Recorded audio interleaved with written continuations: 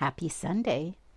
I'm Kalen, and welcome back to Between the Lines. This is the Emerson Grove series, exactly as it was meant to be heard. Last week, DJ's world didn't just shift, it fractured. After walking into a toxic Anderson family meltdown and being made the scapegoat for Jared's lost contract, she did the one thing they never expected. She chose herself. She quit, walked out, and left the dysfunction behind. Today, we get to see the aftermath. You're going to see just how vindictive Jared can be when he loses control. But more importantly, you're going to see how DJ's inner circle rallies around her. And let's be honest, some friends offer a shoulder to cry on, while others, well, they offer a much more physical kind of support. Now, quick reminder, YouTube keeps us clean and classy. So while we're keeping it broadcast friendly here, the extra steamy, unedited scenes are just a little too hot for this channel, and they're waiting for you right over now on my Patreon account. We'll give those two some privacy for their second round and jump ahead to the next morning. Back to the office and the Anderson family chaos. Let's dive into the next chapter. That bitch, she can't steal our clients. I will crush her.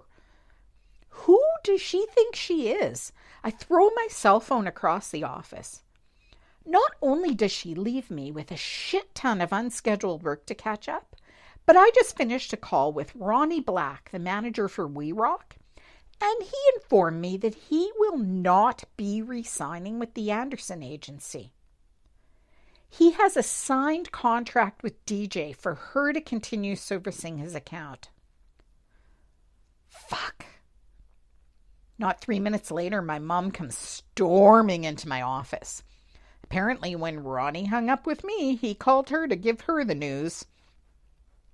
I can read the anger on her face, which is actually quite impressive considering all the fucking Botox shots she gets. She is spitting mad and, of course, blaming Dad. I love that their dysfunction actually means that I don't get held accountable for much. In the middle of Mom's rant, Dad joins us in my office. It's turning into a fucking Anderson family reunion. I want to kick them both out, but Dad owns the building where my office is located and also the agency. Apparently, Dad received an official email from Ronnie and 2 other clients saying that they will not be renewing their advertising contracts with us at this time. It appears that Dad doesn't know the whole story yet. He's gonna freak when he finds out that Ronnie has already signed a contract with DJ. I silently wonder if the other 2 clients have also worked out a deal with her. That would mean that in less than 24 hours, she has managed to steal 3 of our significant clients. Yikes. We are going to feel this financial impact. Mom flips on Dad immediately. If you had done your fucking job, those contracts would have been signed and sealed, and they could not have moved their business elsewhere. In case you have forgotten, my dearest husband, contracts are your domain. So it is you who failed. My mom has a way of turning every negative event into Dad's fault. She has a talent. I could never live with a woman like that, but she does protect my ass, and for that I'm eternally grateful. I can see the stress that this has put on my dad. We don't always see eye to eye, but I actually kind of feel for him in this particular moment. Let's not worry yet. I have made calls to those clients, and I'm hopeful that I can renegotiate some terms and reach a satisfactory solution to keep them on as clients. It's not as much a choice as a necessity. We can't afford to lose those 3 clients. I don't usually have an interest in the financial aspect of our family. I receive my trust and employment deposits monthly. and have never really concerned myself with how they get into my bank account. But something about the look on my dad's face is making the hair on the back of my neck stand. My eyes go over to my mom, and I can see her mind working on a cover-up. It was ultimately she who demanded that DJ needed to be fired. And now DJ has managed to snag potentially 3 contracts from us. Sure shit, no one saw that one coming yesterday afternoon. DJ is a nobody. Why would these companies trust their advertising to her? I honestly don't get it. This little act of defiance won't last long. There is no way that she knows what it takes to keep these clients satisfied. They will come back to us begging to sign them up again, and then we can raise our rates and screw them back for what they have just done to us. And I will personally take care of DJ. She will regret this. Personally, professionally, and emotionally. I will destroy her. She has messed with the wrong Anderson. Dad walks out of my office and my heart goes out to him. He looks destroyed, emotionally and physically. As Dad walks further away from my office, Mom turns to me. She's fucking pissed. She points her red, painted, pointy, fake fingernail at me and speaks slowly, quietly, but with so much anger. You figure out how this happened. How did we lose those clients? There is no one here in town for them to go to. And if someone from out of town is moving in, I need to know, and I fucking need to know now. In typical Celia style, she does a classic turn in her Louboutins and stalks out. Yep, Celia's Botox injections are getting a workout this week. She may have to go in for some touch-up shots if she doesn't chill it soon. I spend the rest of my day making calls to some peers in the industry to see if they have heard about someone new entering our market. Good thing I chatted up one of my lays from the country club, and she's going to fill in at the office for DJ until I find a replacement. About an hour before the end of the day, I begin receiving calls back with some fascinating and scary information. I need to call an immediate meeting with the rents. This is going to freak them both out. I walk by Mom's office and ask her to come to Dad's office for a meeting. As we walk into his office, he's finishing up on a call with one of our lost clients, and he's not a happy man. I guess he couldn't talk him into giving us another chance. Close the door, son. And I have this eerie feeling that business as we know it is about to change. I can't describe the look on my dad's face. It's a combination of anger, fear, rage, and resignation, all combined. His face is red, and there is sweat beading grossly on his forehead. Mom, of course, is sitting there filing a nail, looking bored. She is seriously a piece of work. Dad confirms my suspicion. All 3 of our lost clients have now contracted their work to DJ. Dad looks directly at Mom. You do realize that Ronnie left specifically because of you. You were disrespectful and dismissive. His words, not mine. Although I would agree with his description of your attitude. You also openly spoke negatively about DJ and disrespected her. You gave him no assurances that we would handle his work without a blip. As a matter of fact, and I quote Ronnie here, stuff may look a little different. Do you actually think that a client wants to hear that right after they hear that the person who crafted great ads for them is no longer in our employ? Then Dad turns on me.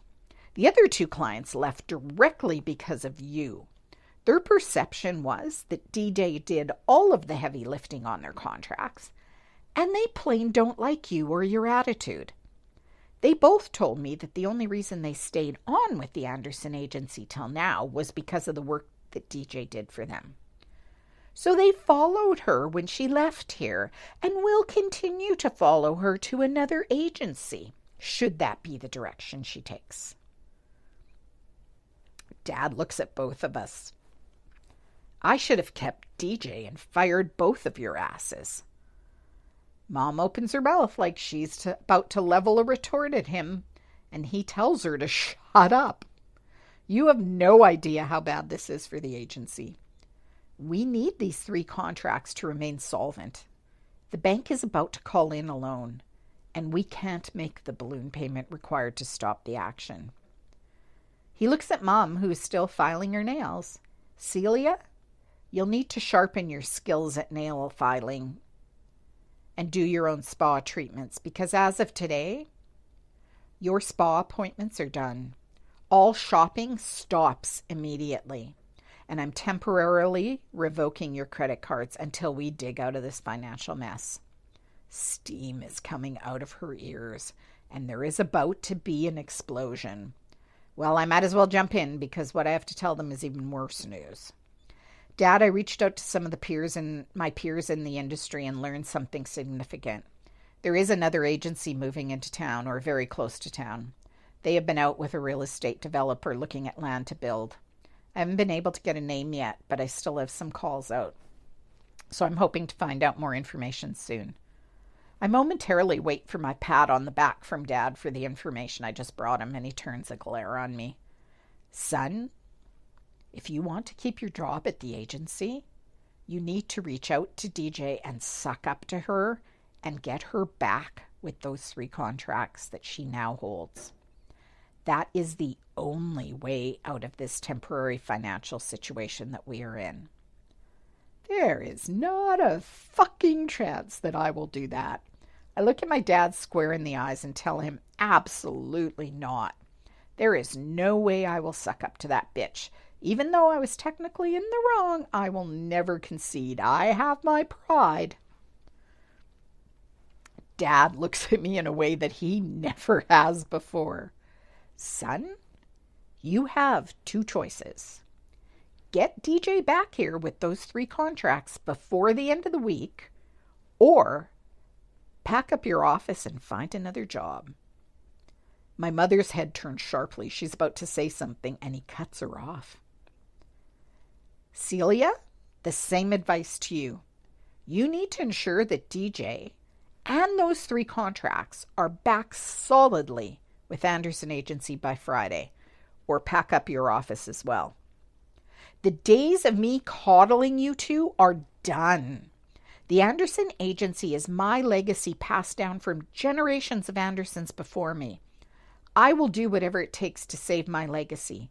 I have allowed you 2 to do whatever you please and act without any repercussions.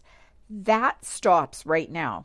You will either work to fix this situation and earn your spot here, or you can figure out who owns the new agency that you believe is moving into the territory and send your resumes to them.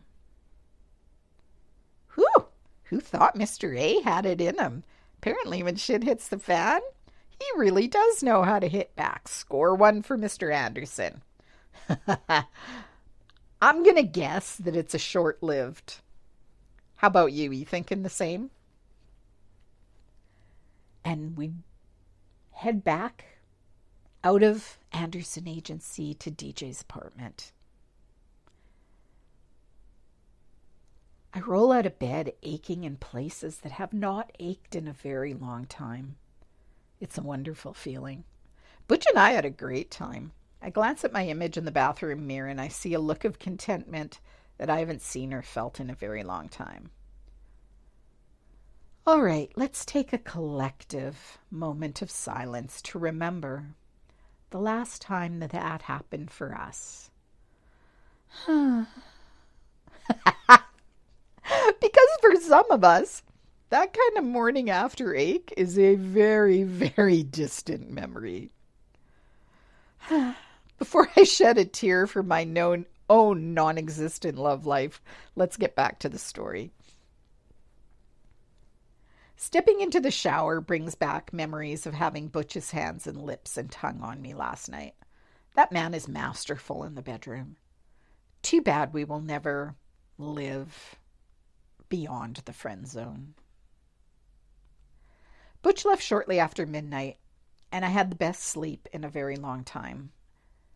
Waking up this morning to that freshly sexed feeling. And a new routine and reality with my work life feels almost like a dream. I finish my shower and dress for the day. Walking out of the bathroom, I notice Bandit is sitting outside the door. Rather lethargic and disheveled looking. He has a major catnip hangover, and he is your typical dramatic male when he is under the weather. I pick up his limp body from the floor, and Mr. Drama Queen lets out a meow slash whine like he's fucking dying. Now, in fairness to Bandit, that's probably exactly how he feels.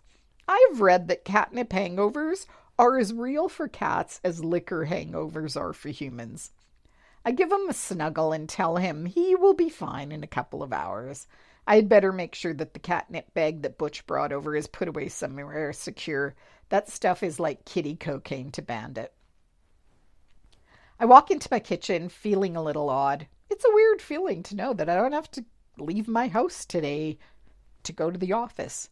The Anderson family hell that I have had to endure every day for the last 5 years of my employment is like now a thing of the past. I feel free, alive, and invincible. The 3 contracts that were signed yesterday have more than doubled my income with half of the workload. Silently, I wonder how Mr. Anderson is going to feel when he finds out, and I'm positive he will find out. Apparently, or maybe perhaps, he has already. I should prepare myself for a few phone calls today and for Jared's trying to retaliate against me in some way. I'm not worried about them coming after me financially because the contracts are signed and payments have been set up to be made directly to my bank account. I need to ensure that I deliver the best possible service to them so that these clients never question their decision to follow me and leave the Andersons. There's a knock at my door. The hair rises on the back of my neck. No one knows that I'm at home. Normally, I would already be on my way to the office. Although I live in an apartment, I have a personal outdoor space, and my front door opens directly to the outside, not a hallway, as is most common in apartment buildings. I love this feature of my apartment, but currently it kind of scares the crap out of me because it does make me more vulnerable. I quietly walk towards the door and sneak a peek through the peephole, breathing easier when I see Barb is standing there with 2 large cups of coffee and a bag of treats. Barb steps in and gives me a big hug. She looks over at Bandit and said, "What the hell is up with him? He looks like he's dying." Well, in male kitty terms, he feels like he is. Barb takes a seat while I explain that I have a ton to fill her in on and that Bandit is suffering from a Butch-induced cat hangover. Barb gives me a look and asks why Butch would be giving Bandit catnip. Oh, it's a long story that is going to need caffeine. Barb tells me that she stopped by Cece's this morning on her way home from yoga and heard about the drama at the Anderson agency yesterday, so she thought she would bring some caffeine and treats to soothe my soul. Yeah, right. Barb is unapologetically the town gossip. She knows everything that happens in town, and she lives for that. So she has stopped by with treats to get the dish on what has gone down in my life in the last 24 hours. As I walk back to the counter to grab some plates and napkins for our treats, I see Barb watching me with suspicious eyes. She quietly comments to herself, but loud enough for me to hear. Judging by the way I'm walking, she has figured out how Butch and the catnip figure into the scenario. Barb is one of my closest friends, and there is nothing that she doesn't know about my life, including my friends with benefits relationship with Butch. Using her foot, Barb nudges out the chair at my table. "Spill it, DJ. The whole story, and don't leave anything out." Barb lives for gossip, and she has just figured out that the little tidbit that she got from Cece after the yoga was just that, just a tidbit. I sit down and draw up my silence a little longer by slowly opening my coffee, inhaling the aroma, and savoring my first sip. Oh my God, this coffee is excellent.